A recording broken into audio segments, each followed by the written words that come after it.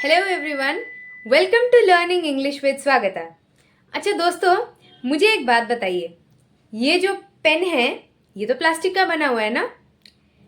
अब मुझे ये बताइए कि ये जो बॉटल है ये स्टेनलेस स्टील का बना हुआ है।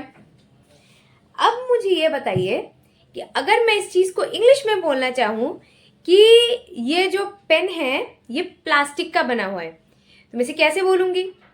क्या मैं ये बोलूंगी कि this pen is made of plastic, this pen is made from plastic, this pen is made with plastic, या फिर this pen is made out of plastic? Now the same goes for this. क्या मैं ये बोलूंगी कि this bottle is made of stainless steel, made from stainless steel, made with stainless steel, या made out of stainless steel? Confusing ना? But आज के इस वीडियो के बाद ना आई होप कि आपको made of, made from, made with and made out of से रिलेटेड कोई भी डाउट्स नहीं रहेंगे, क्योंकि इस वीडियो में ना हम सब डायरेक्शन से इस चीज को एनालाइज करेंगे कि made of, made from, made with and made out of को आपको किस कॉन्टेक्स्ट में यूज करना चाहिए, उसकी एप्लीकेशन क्या है, और उससे रिलेटेड ढेर सारे एग्जाम्पल्स आज हम इस वीडियो में डिस्कस करेंगे। So without any further ado, let's start the video. But before that, please subscribe to my channel and like and share this video. Okay? Let's start. So दोस्तों, जो made from होता है ना, हम उससे start करेंगे। तो ये जो made from होता है, किसी भी चीज को हम made from के साथ कब रिलेट करेंगे? हम made from तब यूज करते हैं जब कोई चीज मैन्युफैक्चर्ड होती है किसी एक पर्टिकुलर चीज से दूसरे फॉर्म में चली जाती है और जो उसका ओरिजिन है ना वो आपको दिखाई नहीं देता है। रुको, देखिए, अब मुझे यह बताइए कि ये जो चीज है, जो बटर है, वो किससे बनती है? वो मिल्क से बनती है ना, क्योंकि मिल्क जो है वो चीज और बटर का ओरिजिन है, राइट? लेकिन अब ये सोचो कि जब मिल्क को चीज में या फिर बटर में कन्वर्ट किया जाता है, क्या आपको मिल्क का ट्रेस कहीं पे दिखता है? मतलब मिल्क जो लिक्विड फॉर्म में होता है वो आपको बटर या चीज में कहीं दूर दूर तक नजर आता है? नहीं ना, क्योंकि चीज जैसे अभी मान लो कोई अगर स्क्वायर शेप का चीज अगर कोई खाता है, जैसे कि जो चीज के स्लाइसेस होते हैं, फिर जो एकदम मोटे मोटे भी जो चीज जिस तरह से ओरिजिनल फॉर्म में जो आती है, और जो बटर भी होता है वो एक स्लैब के फॉर्म में आता है, लेकिन क्या उसमें मिल्क का ट्रेस दूर दूर तक होता है? मतलब मिल्क जैसा तो नहीं दिखता ना, तो उसका जो ओरिजिन है वो तो उससे छिन गया, मतलब कि ओरिजिन अब नहीं रहा उसमें, अब उसने एक नया रूप ले लिया है, नया शेप ले लिया है, नया स्ट्रक्चर ले लिया है। तो जब कोई चीज अपने ओरिजिन को छोड़कर एक नया स्ट्रक्चर ले ले, लेकिन वो चीज उस ओरिजिनल चीज से ही तो बनी है ना, मतलब ये जो चीज है CHEEAC चीज बनी तो ये मिल्क से ही है, चाहे जितना भी अपने शेप, स्ट्रक्चर, फॉर्म को बदल क्यों ना ले, बनी तो है वो मिल्क से ही ना। बट क्योंकि उसका स्ट्रक्चर और फॉर्म चेंज हो गया है, इसलिए हम बोलेंगे मेड फ्रॉम। मेड फ्रॉम, चीज is made from milk, butter is made from milk. तो मेड फ्रॉम मतलब कोई चीज जो अपने ओरिजिन से जुदा हो जाए और ओरिजिन से हटकर एक नया रूप ले ले, नया स्ट्रक्चर ले ले, उस टाइम पे आप मेड फ्रॉम यूज करेंगे, made from. Now some examples of made from. So एक एग्जांपल तो हमने ऑलरेडी देख लिया, चीज और butter is made from milk, cheese और butter is made from milk. Now the next example is paper. Paper कैसे बनता है? पेपर तो ट्रीज से बनता है, लेकिन जब पेपर के फॉर्म में आता है, वो जो व्हाइट शीट के फॉर्म में आता है, तब क्या आपको कहीं दूर दूर तक किसी ट्री का ट्रेस आता है? मतलब किसी पेड़ का ट्रेस आपको दिखता है? नहीं ना। लेकिन वो पेपर बनी तो ट्री से ही है ना।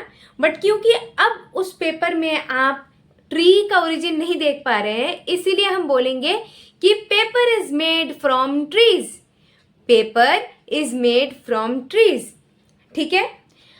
अब आपने देखा होगा, किताबों में पढ़ा होगा या फिर किसी डॉक्यूमेंट्री वगैरह में देखा होगा आपने कि बहुत पहले ना, इनफैक्ट आज भी शायद कहीं ना कहीं, I am not sure, but शायद कहीं ना कहीं जो बोट्स बनती है ना, जो रेस बोट्स होती है या जो छोटे छोटे जो नाव होते हैं, बोट यानी कि नाव, वो आप देखना, वो जो हमारी जो पेड़ होते हैं ना, पेड़ के जो ट्रंक होते हैं, मतलब ट्री ट्रंक, उससे बनाए जाते थे पहले, और आज भी अगर कहीं ना कहीं पे बनाए जाते हैं ऐसे बोट्स, मतलब ऐसे नाव, तो वो ट्री के ट्रंक को यूज करके बनाते होंगे शायद।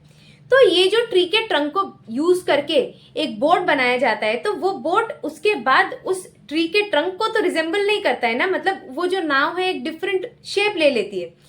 तो क्योंकि वो एक डिफरेंट शेप ले लेती है, तो हम क्या बोलेंगे कि द रेस बोट और just the boat is made from tree trunk, is made from tree trunk. Next example is, अच्छा दोस्तों, आपने देखा होगा कभी कभार हम किसी मेले में जाते हैं या किसी मार्केट में जाते हैं, वहां पे जो प्लेट्स, बोल्स और कटलरी, बाकी सब जो चीजें होती है, तो हम प्लेट और बोल पे फोकस करते हैं, ठीक है।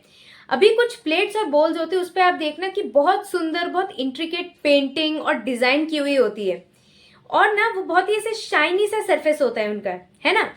लेकिन इनमें से काफी सारी प्लेट्स और जो बोल्स है ना, वो क्ले से बनी हुई होती है, मतलब उनका ओरिजिन क्ले होता है। लेकिन देखिए, जब आपने उस पे पेंट कर दिया, जब आपने उस पे डिजाइन्स बना दी, उसको शाइनी बना दी, तो क्या कहीं दूर दूर तक आपको क्ले का ट्रेस आ रहा है? नहीं ना। लेकिन वो बनी तो क्ले की है। तो अभी जैसे वो क्ले से इस तरह ट्रांसफॉर्म हो गई कि वो एक बोल या फिर एक प्लेट बन गई, और उस पे आपने बहुत अच्छे से पेंटिंग वगैरह कर दिया, तब हम क्या बोलेंगे कि this plate is made from clay, this बोल इज मेड फ्रॉम क्ले। तो दोस्तों, आप ना जब भी मेड फ्रॉम यूज करेंगे ना, आपको थोड़ा सा एनालाइज भी करना होगा, मतलब आपको थोड़ा सा विजुअलाइज भी करना होगा कि जिस चीज को आप देख रहे हैं या फिर जो चीज आपके दिमाग में है, क्या वो अपने ओरिजिन को रिजेंबल कर रही है या नहीं। अगर नहीं कर रही है तो मेड फ्रॉम, मेड फ्रॉम। अच्छा दोस्तों, आपने ये भी देखा होगा कि काफी टाइम ना ऐसे, मान लीजिए किसी को अगर कोई पर्टिकुलर डिजीज है या फिर कोई किसी पर्टिकुलर एलिमेंट से गुजर रहे हैं, तो उनको ना ऐसे कुछ टैबलेट्स दिए जाते हैं, कुछ मेडिसिन दी जाती है जो कि अर्ब से बनाई हुई होती है। अर्ब यानी कि HERB, अर्ब। अब देखिए, अर्ब जो है वो तो छोटे छोटे ऐसे पौधे होते हैं ना, लेकिन जब उसको कोई टैबलेट के फॉर्म में या फिर किसी सिरप के फॉर्म में जब उसको कंज्यूम करते हैं एज मेडिसिन, क्या वो उस अर्ब को रिजेंबल करते हैं? क्या उसी छोटे से पौधे, उस पौधे की जो लीव्स है या फिर जो टहनी, मतलब जो भी चीज को यूज करके वो मेडिसिन बनती है, क्या उस चीज को वो रिजेंबल कर रहे हैं? नहीं। लेकिन वो पर्टिकुलर चीज बनी तो उस हर्ब से ही है ना, तो इसलिए हम बोलेंगे कि दिस पर्टिकुलर टैबलेट और सिरप और this particular medicine is made from herbs, is made from herbs. अच्छा दोस्तों, हम क्योंकि made of, made from, made with और मेड आउट ऑफ को डिस्कस कर रहे हैं, तो मैं आपको एक चीज बता दूं जो कि बहुत इंपॉर्टेंट है। ये जो मेड के बाद हम of, from, out of, with use कर रहे हैं ना, ये सब प्रीपोजिशंस है। तो आप इस चीज को कुछ इस तरह ध्यान में रखिए या फिर इस तरह याद करिए कि made plus preposition, made of हो चाहे मेड विथ हो, मेड आउट ऑफ हो, मेड फ्रॉम हो, that is made plus preposition. Okay, तो दोस्तों, ये मेड ऑफ को हम कब यूज करते हैं? देखिए, जो मेड ऑफ है ना, वो हम किसी ऐसे पर्टिकुलर चीज को सिग्निफाई करते हैं जो कि अपने ओरिजिन को थोड़ा बहुत भी रिजेंबल करते हैं। जैसे कि अगर मैं इस चीज की बात करूं, ये जो बॉटल है, ये तो स्टेनलेस स्टील की बनी हुई है ना। अभी देखिए, ये रिजेंबल तो कर रही है क्योंकि स्टेनलेस स्टील, देखिए अगर मैं इसको टच कर रही हूं तो मुझे स्टेनलेस स्टील दिखाई तो दे रहा है। तो क्योंकि इसमें स्टेनलेस स्टील को मैं देख पा रही हूं, तो इसका ओरिजिन क्योंकि स्टेनलेस स्टील है और इसमें वो चीज उसने रिजेंबल करी है, मतलब उसका ओरिजिन हमें दिख रहा है, तो हम बोलेंगे कि this is made of stainless steel, this bottle is made of stainless steel. तो मेड ऑफ को आप कब यूज करेंगे? जब कोई पर्टिकुलर प्रोडक्ट या मैन्युफैक्चर्ड प्रोडक्ट, चाहे जो भी चीज हो, जब वो अपने ओरिजिन के ट्रेसेस को दिखाते हैं, जब उसमें उसका ओरिजिन दिखता है, तब हम यूज करेंगे मेड ऑफ। यानी कि विजिबल है तो made of, visible is equal to made of, invisible is equal to made from. Okay, बहुत ही वाइटल बट बहुत ही बेसिक डिफरेंस है मेड ऑफ और मेड फ्रॉम में। इसको याद रखेंगे, कभी भी मेड ऑफ और मेड फ्रॉम के बीच में कोई भी कंफ्यूजन नहीं होगी। Okay, now coming to some examples जहां पे हम मेड ऑफ यूज कर सकते हैं। दोस्तों आपने देखा होगा अक्सर ना ऐसे कुछ डोर्स होते हैं जो कि ओरिजिनल, जो मतलब मान लीजिए अगर कोई लकड़ी के जो डोर होते हैं, ठीक है, जिन पे आपने पेंट और कोई पर्टिकुलर आपने फाइबर वगैरह कुछ भी नहीं लगाया है, सिंपल वो जो लकड़ी का जो टुकड़ा था ना इतना बड़ा, आपने उसको इंस्टॉल कर दिया, ठीक है। तो ये जो अपने ओरिजिनल फॉर्म में उस डोर को आपने लगा दिया, तो वो अपने ओरिजिन को रिप्रेजेंट कर रहा है। कैसे? क्योंकि उसमें वो वुड आपको दिख रहा है। तो क्योंकि वो वुड आपको दिख रहा है, जब तक आपको वो वुड दिख रहा है तब आप बोलेंगे कि this door is made of wood, this door is made of would. अभी मान लीजिए अगर उसके ऊपर आपने कलर कर दिया, आपने उसके ऊपर फाइबर वगैरह डाल के आपने कोई डेकोरेशन बहुत अच्छे से कर दी, तब अगर वो अपने वुड ओरिजिन को अगर वो नहीं रिप्रेजेंट कर पा रहे हैं, तब हम मेड फ्रॉम बोलेंगे, मेड ऑफ नहीं बोलेंगे। लेकिन जब तक वो डोर अपने ओरिजिन को यानी कि उस वुड को रिप्रेजेंट कर रहा है, तब हम बोलेंगे कि this door is made of wood, this door is made of would.